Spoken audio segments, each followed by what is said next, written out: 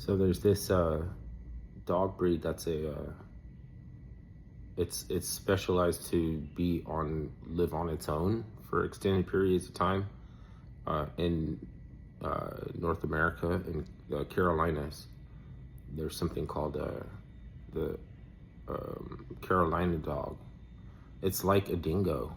It's considered a native species, but like dingoes, were are it's debated that they are native to Australia because people think that the Aborigines brought them.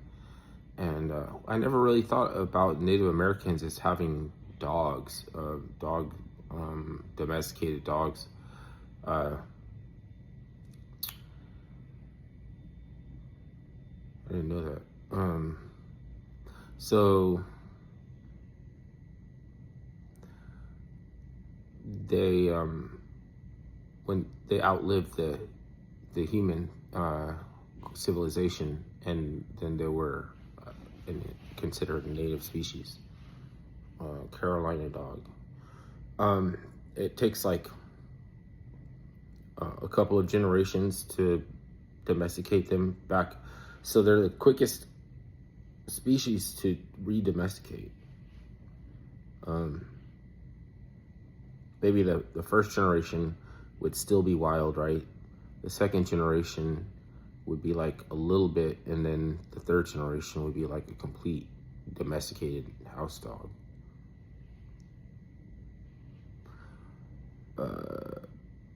That's interesting. I didn't think that I would want to actually be a dog owner, but I think a dog that's independent like that enough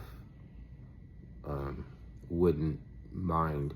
It's like they have to be matched to the owner. So like the only dog that you can really match to my lifestyle, the lifestyle that that I'm going into, I'm transitioning right now.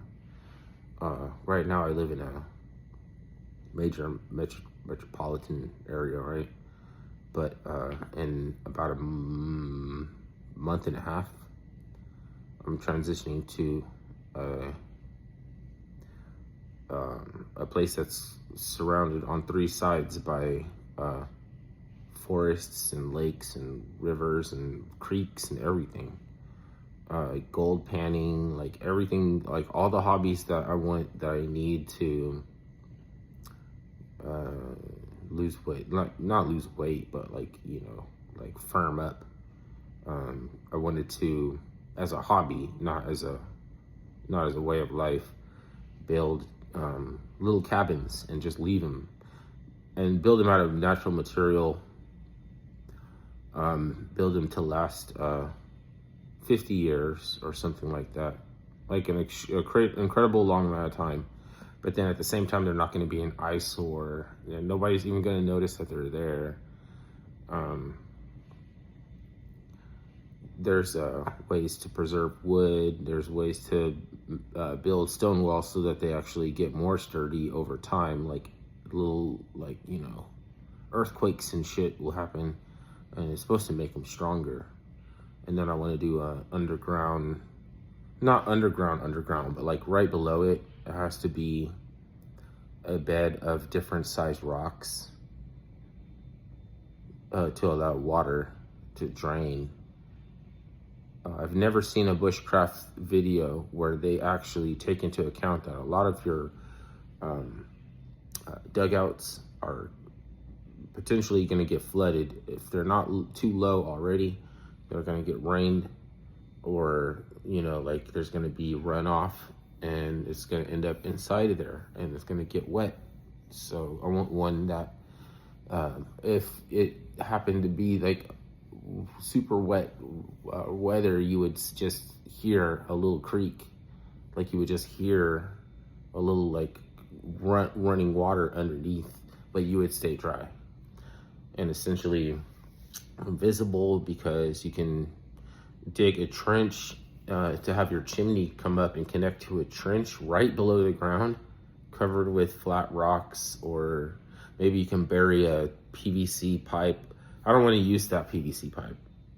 I would cut logs in half and then hollow them out and then lay them down to channel the smoke, and put like a certain width screens to not allow rodents to fucking run up through your chimney and end up in there.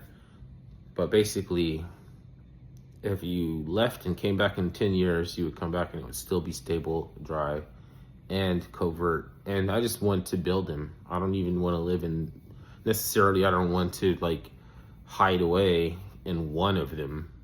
I just want to go on to the next place and build another one. And that's a good way to create content. I mean, have to be super limited as to the materials that I bring in, because it's not respectful to the environment. I'm not going to dig dugouts into the side of a hill just so that it can cause erosion later on. And you have to find some place that is like at the top of a small knoll or something.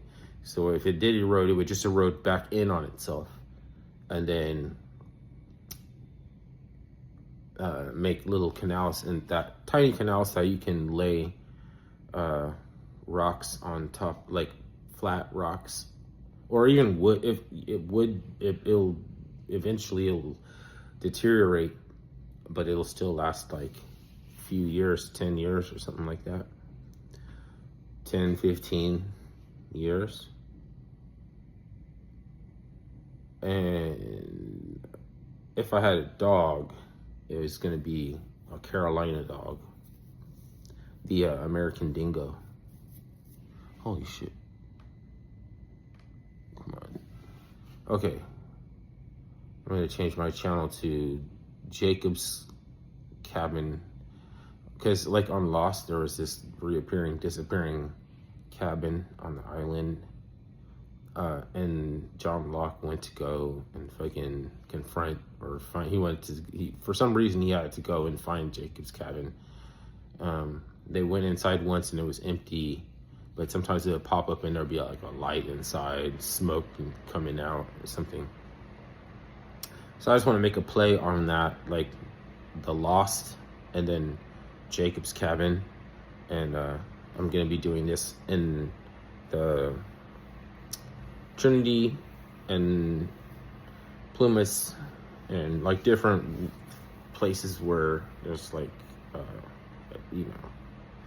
and it's gonna be predator proof. Bears are not gonna want to dig through 6 inches of dirt and reinforced logs that are nailed in to, like they're not going to waste all that energy to find food. They can't really get through the door doesn't have to be as big as a human. It doesn't have to be as big as even a wolf or a cougar, even though they don't like interested in humans. Like really, if they were, let's say they were stalking you, right? They couldn't get inside. Like the door's too small, and then I could fight them at the point like that they would try to enter or something. They would be vulnerable. So like there's not going to be no like black bears trying to dig me out or anything, like a clam, Like I always think about that. Like you're like bushcraft houses are like they are predator proof sometimes, but they're not flood proof. And then I mean, using stone is not earthquake proof, but there's ways to reinforce, like maybe I'll bring in some rebar, nothing like plastics or anything, but maybe like some like those sandbags that are made out of like poly, I don't know what they call that shit, plastic. Maybe not use those, maybe use the burlap. And then if the burlap deteriorates, which it will, there has to be a reinforced structure where it only gets stronger. So maybe fill the burlap with a mixture of sand, gravel, and cement. Then if the burlap dissolves, it's still hard as like sandstone or something like that, which is as hard as it needs to be. Actually, something being harder, the harder it gets, the more brittle it is. I mean, the more it would just crack, you know? So like a certain in-between hardness that's just